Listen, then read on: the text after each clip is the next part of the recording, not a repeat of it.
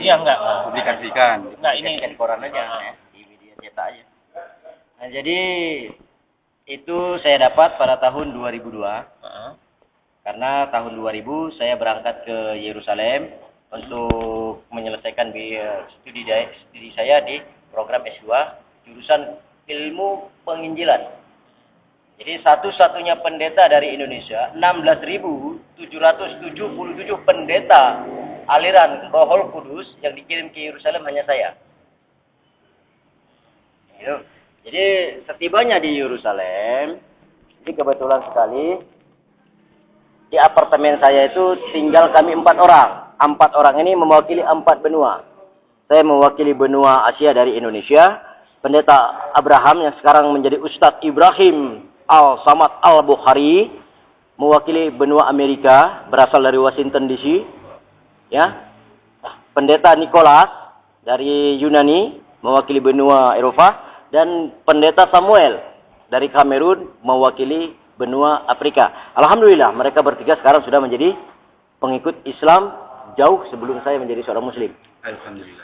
Jadi apa sebab mereka bertiga masuk Islam terlebih dahulu sebelum menyelesaikan studi S2-nya? Karena kami mendapat Injil Ibrani di Masjidil Aqsa.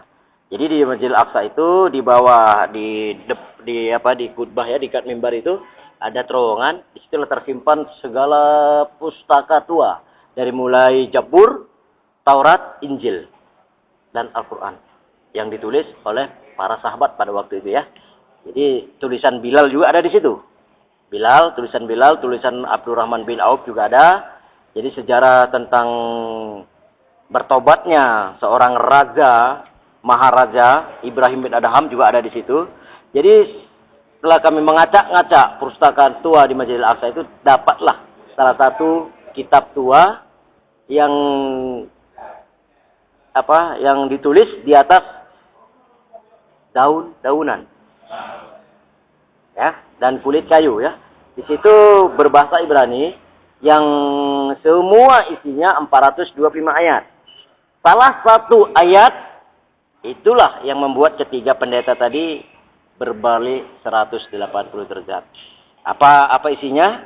Di ayat yang ke-415 Nabi Isa berkata, "Aku bukan Mesias." Jadi pengertian Mesias dalam bahasa Ibrani adalah Tuhan yang menciptakan alam semesta. Dan aku bukan Eli. Aku adalah Isa. Aku bukan Yahya. Aku adalah Isa putra Maryam. 1500 tahun setelah terangkatnya aku ke atas langit, maka akan lahirlah seorang anak yang bernama Ahmed. Dia lahir pada tanggal 12 Rabiul Awal, tahunnya tahun gajah, harinya hari Isnin, waktunya menjelang fajar. Dialah awal, dialah akhir. Dan aku tidak akan pernah mati sebelum aku menjadi umatnya Ahmed. Kelak aku akan turun ke dunia ini bersama dengan seorang pemuda tampan yang berusia 17 tahun. Aku turun di salah satu negeri di Menara Putih, negeri Damaskus. Pemuda tersebut turun di tempat umatnya Ahmed berkumpul di seluruh pelosok penjuru negeri. Dan kamilah yang akan memimpin umat ini selama 7 tahun. Dan akan menyelamatkan umatnya Ahmed dari kehancuran. Nah, itu. Jadi itulah isi daripada Injil Ibrani. Jadi dari situlah ketiga sahabat saya itu berubah pikiran.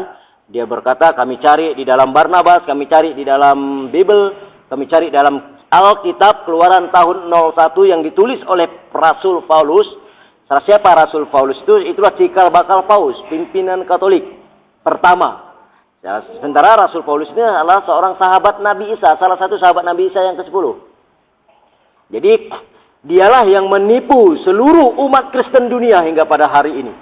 Kenapa? Karena tipuan dia itu, karena ambisi dia ingin menguasai dunia lah, maka dia palsukan Injil, ayat-ayat yang diturunkan Allah kepada Isa alaihissalam. Nah itu. Jadi setelah mereka bertiga pulang dan mereka resmi masuk Islam di Masjid Madinah, tinggal saya. Jadi saya menyelesaikan bidang studi saya di program S2 pada tanggal 1 Februari 2004. Selesailah saya menyandang predikat MMI ICM. Jadi itu MMI ICM itulah predikat pendeta internasional. Jadi MMI itu Predikat Pendeta Internasional, ICM itu ahli sejarah dalam kitab. Itulah gelarnya itu kan. Nah, jadi setelah saya pulang ke Indonesia, pada waktu itu saya masih warga negara Timur Leste. Ya. Nah, saya warga negara Timur Leste. Hingga pada detik ini saya masih tetap warga negara Timur Leste ya. Berarti ini masih pakai paspor? Masih pakai visa. Visa ya? Visa. Ya. Jadi visa memang lain visa kita dengan visa negara luar berbeda ya. Ya. Karena visa Timor Leste dengan Indonesia ini masih ada permudahan. Nah, jadi pada tanggal 15 Maret 2004 itu saya pulang ke Indonesia pada tanggal 10 Maret 2004 saya ke Dili ya. Dili Timur karena waktu itu sudah lepas dari Indonesia. Dari Dili saya 1 hari langsung terbang ke Bali ke tempat orang tua, ke tempat ibu kandung saya, asal ibu kandung saya. Di situ saya tanggal 14 saya dipanggil untuk mengikuti musyawarah internasional Gereja Aliran Roh Kudus yang diadakan di Yogyakarta. Jadi pada waktu itu ditunjuklah saya sebagai ketua misionaris untuk Aceh. Untuk Indonesia wilayah barat khususnya Aceh. Jadi saya mengenal Aceh itu bukan karena tsunami itu belum ya? Konflik. Bukan karena konfliknya, bukan karena sumber daya manusianya dan sumber daya alamnya. Saya mengenal Aceh itu karena dari fanatiknya Islam di Aceh. Ya. Jadi nama Aceh itu sudah ada di tembok ratapan. Tembok ratapan itu ada di Bethlehem. Jadi di situ tembok ratapan, di situ juga Masjidil Aqsa ya. Tembok ratapan itu apa? Tembok ratapan itu tempat ibadahnya orang-orang Yahudi. Ada juga gereja tertua di situ. Nah, jadi di situ saya mengenal nama Aceh itu dalam ejaan lama Aceh itu di tembok ratapan. Bahkan di Manchester, di kota Manchester Inggris, nama Aceh itu sudah populer. Populer bukan karena kekayaannya, tapi populer dengan agamanya. Jadi program Uni Eropa Aceh harus hancur. Ini programnya. Target. Berbagai cara harus hancur Aceh. Salah satunya ini sangat dirahasiakan sekali. Ada beberapa orang ya petinggi-petinggi ya kaum ya tokoh-tokoh masyarakat Aceh itu ada dipanggil di salah satu tempat di salah satu negara di belahan bumi Eropa untuk diminta bantuan bagaimana bahwa tim kami bisa leluasa masuk ke Aceh. Jadi itu ada salah satu tokoh masyarakat Aceh memberikan rekomendasi kepada kami untuk menjelajahi Aceh. Jadi pada tahun 2004 tanggal 16 April saya dikirim ke Aceh beserta dengan 200 orang pendeta, 114 dokter dan perawat. Berarti itu disyahadatkan masuk Islam kapan, Ustaz? Jadi ini dulu kan gitu dulu kan. Ini perjalanan saya kan. Ini jadi perjalanan saya. Nah, jadi masuk ke Aceh kami bukan ke Kutaraja, tapi ke Kabupaten Pidi. Kenapa harus ke Kabupaten Pidi? Karena seorang putra Kabupaten Pidi lah yang menjadi Pendeta. penunjuk jalan bagi kami. Ya. Karena dia seorang pendeta ya. Ya. Dia seorang pendeta berasal dari Padang Tizi. Ya. Bernama Jadi, siapa? nama aslinya kalau tidak salah saya Tengku Muhammad Zaini, tapi nama baptisnya Pendeta Yohanes Mahmud. Jadi situlah.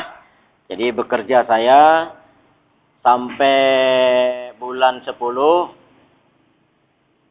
kami bekerja dengan sistem memberi bantuan sosialisasi kepada masyarakat yang pada waktu itu dalam keadaan konflik ya, di mana masyarakat cari makan pun agak ketakutan.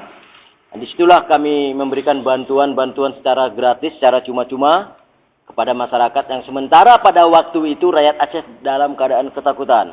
Siapapun tidak ada yang mau peduli dengan rakyat Aceh. Jangankan kepada TNI Polri, dengan bangsa sendiri pun selalu ditindas. Salah satunya pajak Nanggro. Itu penindasan sebenarnya. penindasan, pemaksaan sebenarnya itu pajak Nanggro pada waktu konflik ya. Jadi disitulah kami masuk. Istilahnya kami masuk dengan lambang tali kasih. Sambungan dari tali kasih itulah embun penyejuk di tengah kekeringan. Itulah kami. Jadi dengan belas kasih yang kami berikan kepada masyarakat Pidi pada waktu itu, ada 16 orang yang murtad. Jadi 10 perempuan, 6 laki-laki. Jadi setelah mereka murtad itu belum kami baptis. Cara baptisan air belum, baptisan roh sudah. Malam pas tanggal 25 Desember kami mengadakan perayaan Natal di salah satu tempat di Banda Aceh. Malamnya kami mengadakan pesta di salah satu makam orang yang sangat dikeramatkan di Aceh, itu Syah Kuala. Yang beserta dengan anggota-anggota Brimob ya. Betul. Pada waktu itu kami bakar babi, 2 ekor babi dengan kayu bakarnya 40 Al-Quran. Jadi singkat cerita, waktu tsunami, di saat Masjid Ulili mengumandangkan as-salatu khairu minan naum, disitulah saya membaptis ke 16 orang pendeta dengan nama Tuhan Yesus. Jadi waktu gempa itu datang, kami tetap berdoa, tidak ada yang kocar-kacir. Begitu juga tsunami itu datang. Jadi alhamdulillah Allah menyelamatkan saya di atas Masjid Ulili. Jadi ke 16 orang itu beserta rekan-rekan saya habis. Jasadnya nggak ketemu hingga pada detik ini. Jadi proses perjalanan saya di Islam bukan dari situ saya masuk Islamnya, enggak. Nah, bukan dari situ. Dan bukan karena membaca Injil Ibrani, bukan. Bukan. Nah, jadi pada tahun ini singkat ya, pada tahun 2006 kebetulan pada waktu itu ada perayaan Natal Ukum ini, perayaan Natal Akbar yang diadakan oleh aliran Gereja Roh Kudus di Medan. Jadi pada waktu itu saya sebagai pembawa lagu puji-pujian, keluarga besar saya yaitu ayah saya sebagai pembawa khutbah firman Tuhan, adik-adik perempuan saya sebagai pemain musiknya. Jadi pada waktu 2006 itu ya, malamnya malam siangnya tanggal 25, malamnya kami merayakan Natal Ukum ini itu, disitulah ada satu kejadian yang sangat membuat malu orang tua di forum gereja ya. Kenapa? Karena pada waktu itu yang saya nyanyikan seharusnya ini dengan kesadaran saya menyanyikan Ku Mau Cinta Yesus, namun didengar oleh 20.000 jemaat di dalam gereja tersebut bukan Ku Mau Cinta Yesus. Jadi di saat lagi nyanyi itu ribuan botol-botol air mineral itu terbang ke arah saya. Jadi pada malam itu jam 10 gereja ribut. 20.000 jemaah bangkit berdiri. Jadi pada waktu itu seorang kakak saya yang tertua dari yang sekarang memimpin gereja di Melbourne, dia tarik saya masuk ke ruangan pastori, ruangan gereja, ruangan pendeta. Jadi dia berkata, "Apa yang kamu nyanyikan tadi?" Saya katakan, "Ku mau cinta Yesus." "Apa yang kamu nyanyikan?" "Ku mau cinta Yesus." "Apa yang kamu nyanyikan?" "Ku mau cinta Yesus." Bukan. Jadi acara gereja tetap dilanjutkan. Saya tetap dikurung sama kakak di pastori, ditanya, diinterogasi sama kakak di ruangan pastori tersebut. Selesai acara gereja jam 3 mereka masuk. Para pendeta undangan, 40 orang pendeta undangan itu masuk ke ruangan pastori. Mereka berdoa, mendoakan saya karena mereka beranggapan saya kemasukan roh tsunami. Wajar karena saya waktu itu ada di Aceh ya. Nah, jadi didoakan. Jadi saya katakan, kenapa harus saja didoakan? Saya tidak sakit. Tidak ada roh kegelapan yang ada pada diri saya. Tidak ada setan yang masuk ke dalam tubuh saya. Jadi mereka berkata, ayahanda saya berkata, kamu telah kemasukan roh tsunami di Aceh. Karena kamu telah membuat malu Tuhan Yesus di hadapan para jemaat. Jadi saya katakan, bagaimana cara saya membuat malu? Sedangkan saya tidak ada berbuat sedikit pun untuk memalukan Tuhan Yesus. Saya hanya memuliakan Tuhan Yesus dengan mengangkat puji-pujian Ku Mau Cinta Yesus. Namun kakak saya putar kaset rekaman saya pada waktu itu. Disitulah saya terkejut. Saya sujud minta ampun kepada orang tua. Ternyata yang saya nyanyikan pada waktu itu Salatullah salamullah ala yasin habibillah. Itulah. Jadi suara saya itu sekarang ini sudah menjadi populer di gereja, tapi bukan untuk perbandingan bagi mereka, tapi untuk ejekan bagi mereka. Ternyata Islam agama mistik yang bisa menyihir, menyulap orang siapapun dia.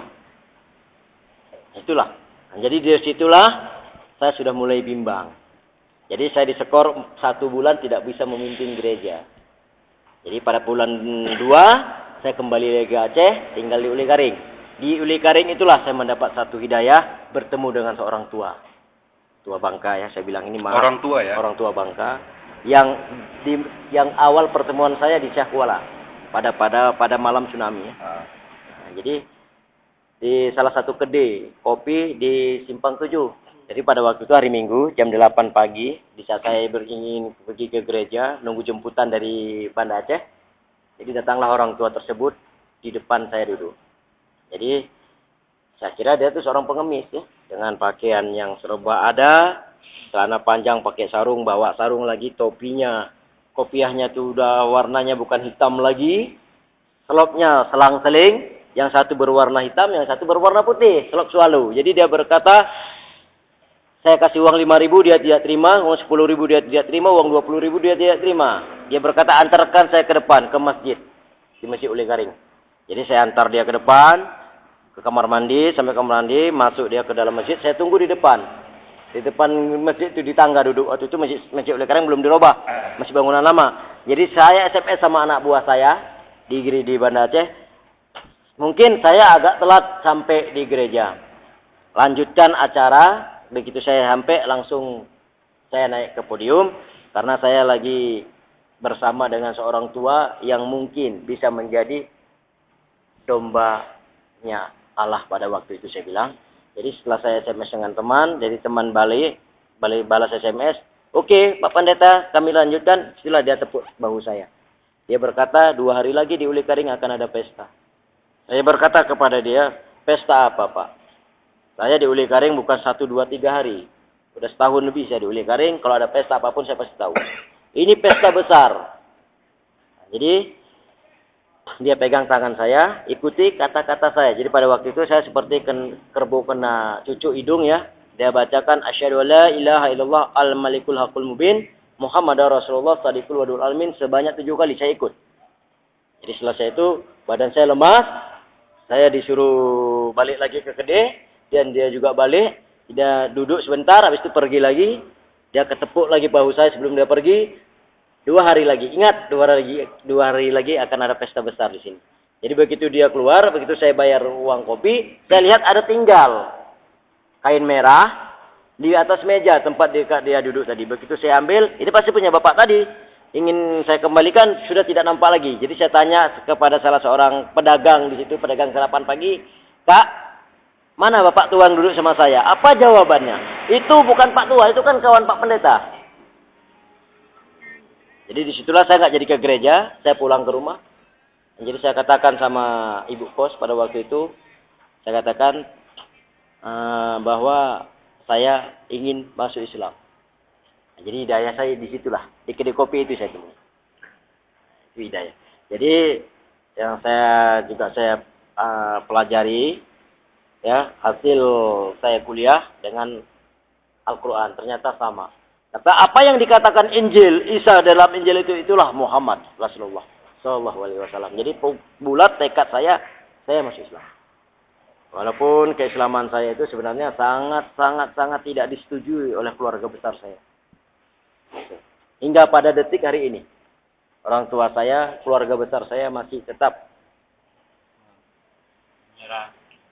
masih tetap mencari keberadaan saya untuk ditarik lagi menjadi seorang Kristen. Bahkan 4 rekening saya diblokir oleh keluarga. Jadi keempat rekening itu ada uang kurang lebih 56 juta? 56,3 miliar. Bisa. Itu uang hasil gereja. Biaya aja. Enggak, uang gaji saya. Oh, yang gaji. Uang gaji saya selama 2 tahun. Tapi acara besar yang dibilang kakek tadi apa di itu? Ada pesta besar? Itulah saya Islam itu. Oh, iya. Itulah keislaman saya di desa Imasin Uligari di Menasah. Seorang pendeta masuk Islam itu kan acara besar, pesta besar. Ya. Pesta besar bagi umat Islam. Ya. Berarti saudara masuk Islam sesudah tsunami? 3 tahun setelah tsunami. 2006. 2007. 2007. Oh, sesudah tsunami. 12 Juni 2007. Tapi resminya 1 Agustus 2007. Yang tahu waktu itu siapa aja yang tahu Ustaz dia memeluk Islam? Tokoh-tokoh masyarakat di desa di Kecamatan Uligari. Rekan-rekan belum. Oh belum. Jadi rekan-rekan belum. Jadi sampai detik ini memang rekan-rekan saya tidak ada tahu. Jadi waktu ada pemberitaan di koran pada tanggal 2 Agustus ya. Pada waktu itu kami dibina di asrama haji, pembinaan mualaf setelah tsunami. Jadi kan ada kru media cetak dan elektronik ya. Ya. Mungkin adik ini ada waktu itu datang ke asrama haji. Jadi di situ saya katakan terus waktu difoto itu saya tunduk kepala saya. Jadi nama asli saya nggak saya ungkap di situ, hanya Kristian. Yang jelas nama asli saya Pendeta Gusti Kristian Andreas Natalis Munte STH MMI ICM. Nama Islam sekarang? Gusti Ilham Rahmadani. Kenapa Gusti nggak hilang? Karena Gusti itu nama Bali. Kenapa Munte-nya nggak hilang? Munte itu nama Karo. Jadi bapak saya Bali, bapak saya Karo, saya lahir di Timur Leste. Bapak saya meninggal di Timur Leste. Jadi saya hidup 6 tahun di panti asuhan. Setelah itu saya diambil oleh abang kandung bapak, itulah yang menjadi ayah yang sampai saat ini. Kalau ayah kandung saya sudah meninggal, saya berusia 7 tahun. Ibu saya meninggal di saat saya berusia 9 tahun. Oke. Terima kasih. Itu. Ini saya mau tapi yang Injil revisi sekarang nggak ada yang 415 ayat itu udah diubah ya? Jadi Injil itu dihilangkan pada tahun 350 sebelum Masehi. 350 sebelum Masehi. Itu udah dirubah. Itu sudah dikumpulkan seluruh Injil-Injil yang asli di seluruh pelosok penjuru negeri, dibakar, abunya dibuang ke Laut Merah. Maka Laut Merah itu airnya berubah. Tidak lagi merah, tapi berwarna hitam karena endapan abu-abu Ibrani. Setelah pembakaran Injil Ibrani, maka ada musyawarah. Pada waktu itu pertemuan para ulama ya, baik dari suku Parisi, dari suku Sadusi, dari suku Syiah ya. Itu dibentuklah, keluarlah satu perjanjian Barnabas yang disebut dengan populernya Injil Barnabas. Itu bukan Injil. Injil tetap satu, berbahasa Ibrani. Jadi Injil Barnabas ada memakai 3 bahasa, bahasa Rom, bahasa Inggris, bahasa Yunani. Karena Injil Barnabas itu hampir sama isinya dengan Injil, maka dikumpulkan, dibakar lagi. 7 tahun kemudian dibuatlah suatu pertemuan, yaitu pertemuan Bible, maka keluarlah dekret Bible, perjanjian Bible. Itu bukan yang dipopulerkan menjadi Injil Bible. Injil tidak ada Bible, tidak ada Injil Barnabas, yang ada hanya Injil. Jadi karena Bible itu sama dengan Barnabas, dibuanglah itu, maka ditulislah oleh Rasul Paulus.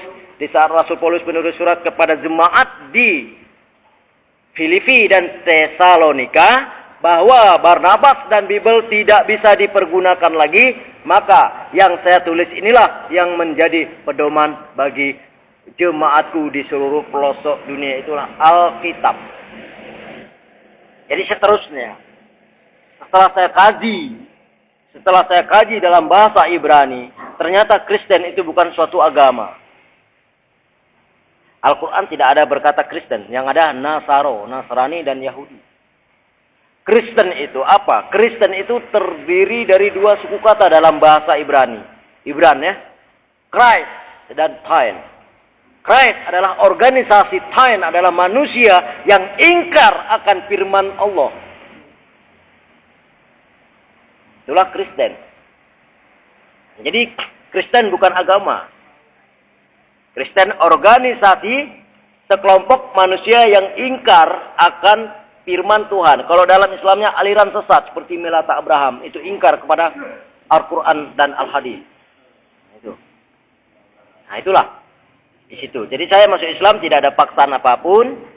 Yang hidayah kata mimpi-mimpi itu tidak ada seperti mualaf-mualaf yang lain. Karena saya nggak pandai ngarang cerita ya. Ketemu ini, ketemu itu saya enggak. Saya terus terang keislaman saya karena uji teknologi yang telah saya dapat. Tadi menyebutkan orang tua itu. Kira-kira menurut firasat saudara siapa orang tua itu?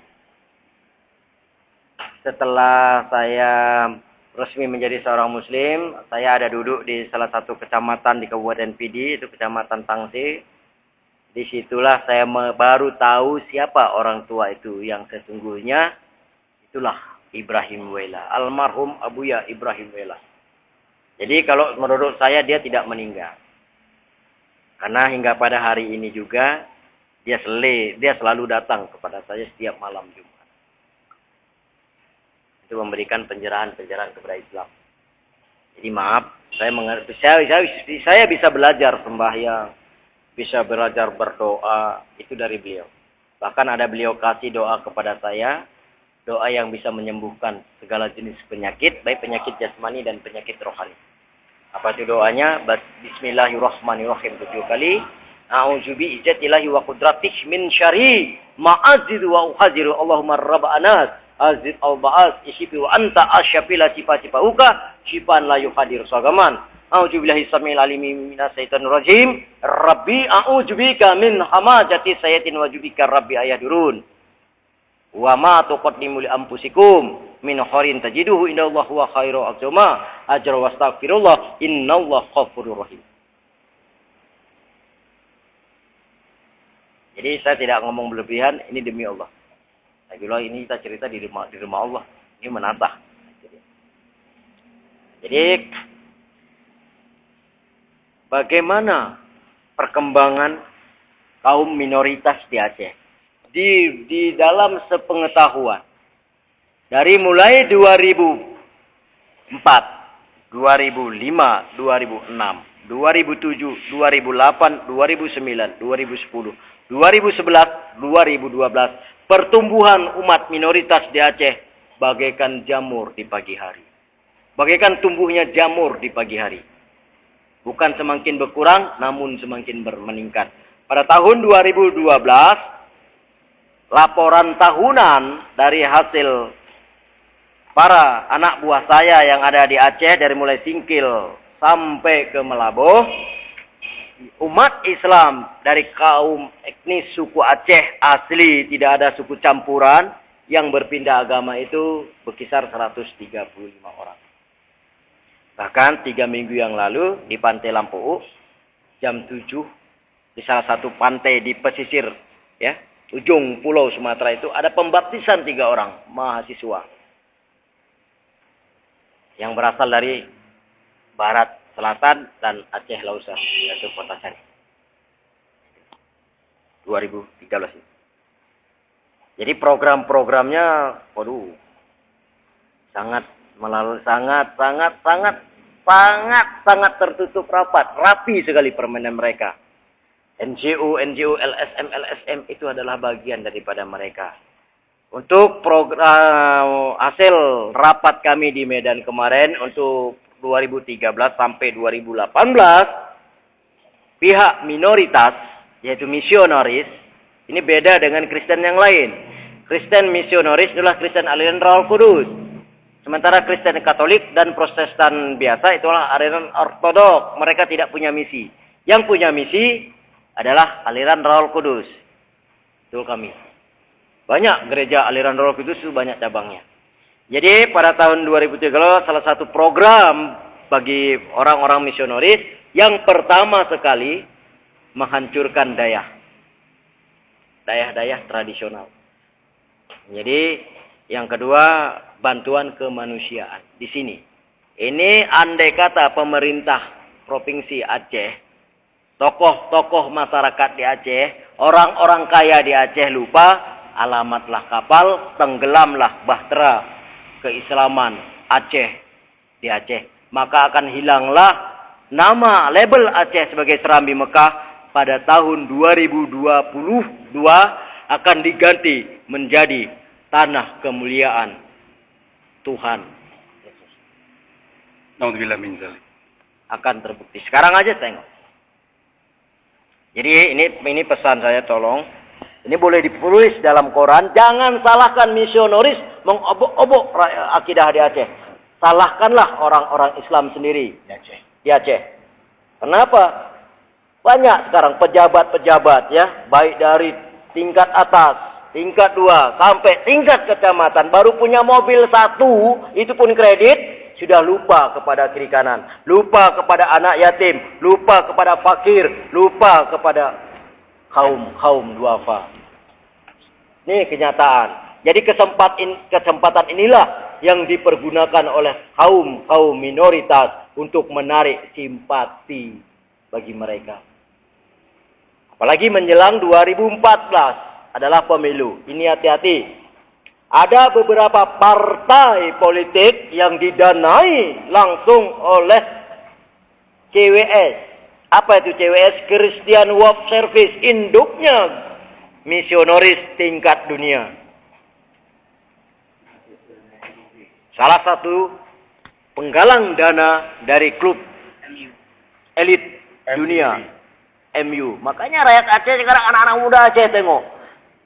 PAN MU, 2013 PAN MU, 2020 PAN gereja. Bangunan gereja di Aceh sudah mencapai 500 sekian lebih. Yang resmi, yang non resmi ya. Ada beberapa pendeta yang menyerupai para mubalik. Orang Aceh.